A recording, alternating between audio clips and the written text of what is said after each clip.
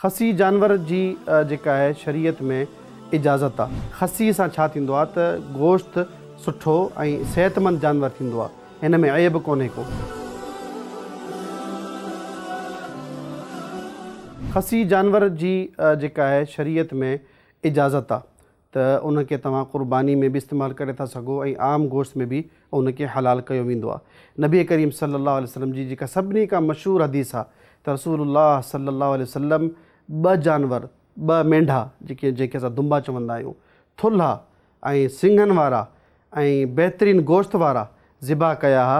उन में इहे बि अल्फाज़ आहिनि मौज आइनी, त ॿई खसी हुया त नबी करीम सल्लल्लाहु अलैहि वसल्लम उन्हनि खे क़ुर्बानी में ज़िबा कयो ऐं फरमायो हिकिड़ो मुंहिंजी तरफ़ां आहे ऐं हिकिड़ो अल्लाह ताला मुंहिंजे उन उम्मतियुनि जी तरफ़ां आहे जंहिं वटि क़ुर्बानी जी इस्तिताअत न आहे। उहो जानवर नबी करीम सल्लल्लाहु अलैहि वसल्लम जेके ज़िबा कया ॿई जा ॿई खसी जानवर हुया। लिहाज़ा खसी सां छा थींदो आहे त गोश्त सुठो ऐं सेहतमंद जानवर थींदो आहे, हिन में ऐब कोन्हे को ऐं इहो फितरत में शामिल आहे त जानवरनि में अल्लाह तबारक व तआला इन्हनि जी इजाज़त ॾिनी आहे त खसी जानवर भी ज़िबा थी सघनि था। वल्लाहु आलम, इन में को हर्ज कोन्हे। जज़ाकुमुल्लाह ख़ैर शेख।